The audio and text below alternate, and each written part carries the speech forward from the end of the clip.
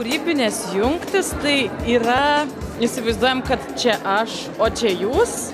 Ir mes galim susijungti taip, arba taip, arba taip, arba taip. Ir čia yra kūrybinės jungtis. Man labiausiai patinka, kad čia susirenka laimingi žmonės.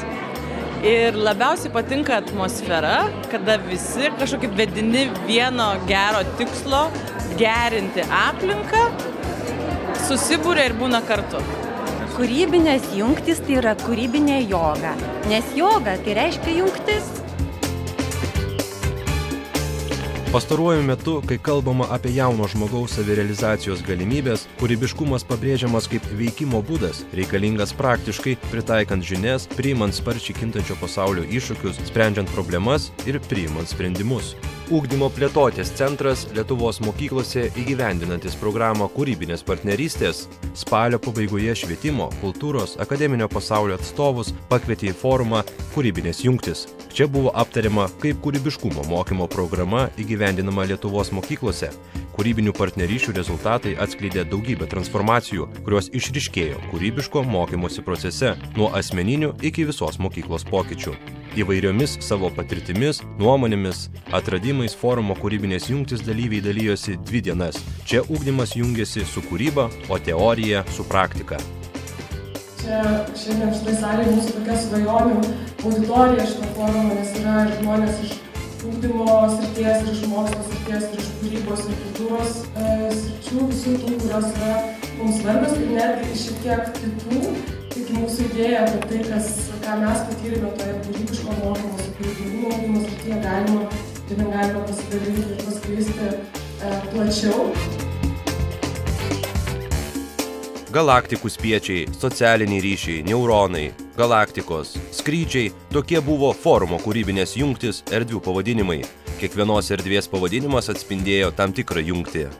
Forumo metu dalyviai ieškojo kūrybinių jungčių su kolegomis, specialioje infogramoje piešė, su kuo susitiko, kokias erdvės aplankė. Taip buvo kuriamas kūrybinių jungčių žemėlapis.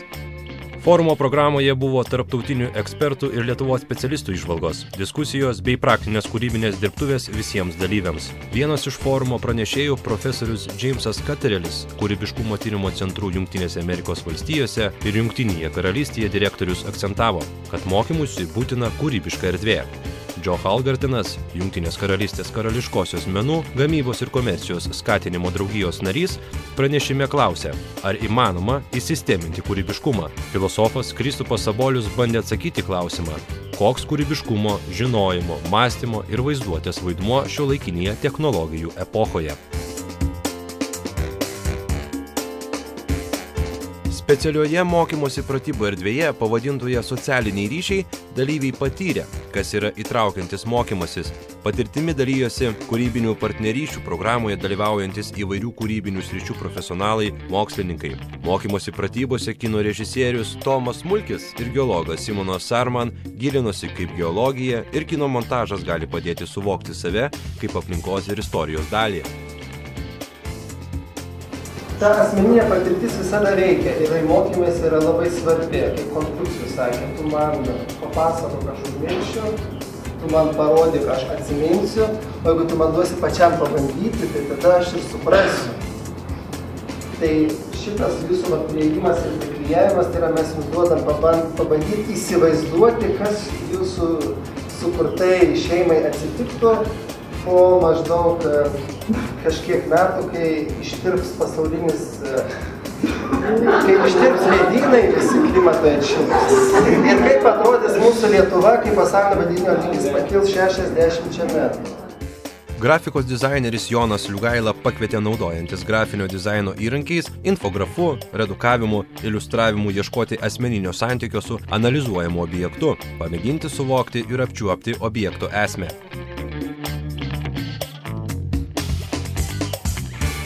Kaip buvo spręstos konkrečios mokyklose iškilusios problemos susijusios tiek su ugdymo turiniu, tiek su asmeniniais dalyvių gebėjimais ar elgesiu.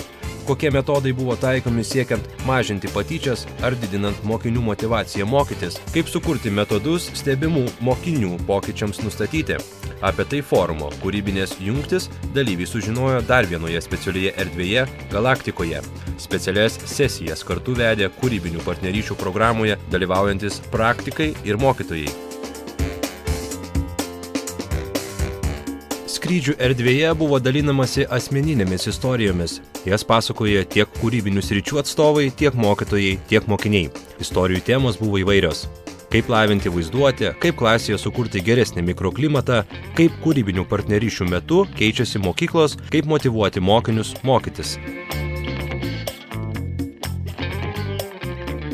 Forumo kūrybinės jungtis metu buvo pristatyti kūrybinių partnerysčių inicijuotų tyrimų rezultatai. Jų duomenys parodo, kokį poveikį mokiniams, mokytojams ir mokyklai kaip organizacijai daro ilgalaikės partnerystės su kūrėjais, kas padeda ir kas trukdo mokykloms sistemiškai keistis. Tokie yra didžiausi iššūkiai mokykloms teikiant kūrybiškumo mokymosi principus. Didžiausias kūrybiškumo trūkumas yra pastebimas 9-12 klasėse, tai jeigu mes jau išmokome dirbti su 5-8, mūsų tikslas yra pabandyti pradėti toliau ir įskiepyti tą kūrybiškumą tiek mokytojams, tiek mokiniams tose klasėse. Forume buvo kuriama įkvepianti įvairiaus pojūčius aktyvuojanti atmosfera, bendradarbiaujant su mokytojais ir kūrybinių sričių profesionalais, drabužių spintelėse įrengtos instaliacijos. Tokiu būdu buvo stengiamasi parodyti, kaip ugdyme pasitelkti nuostabą, žadinti susidomėjimą, ieškoti klausimų ir panašiai. Kūrybinės jungtis jau trečiasis forumas kūrybingumui ugdyti. Šiuose forumuose siekiama burti kūrybiško mokymosi bendruomenę, vystyti ir skleisti mokymosi, kultūros ir kūrybos jungčių idėjas.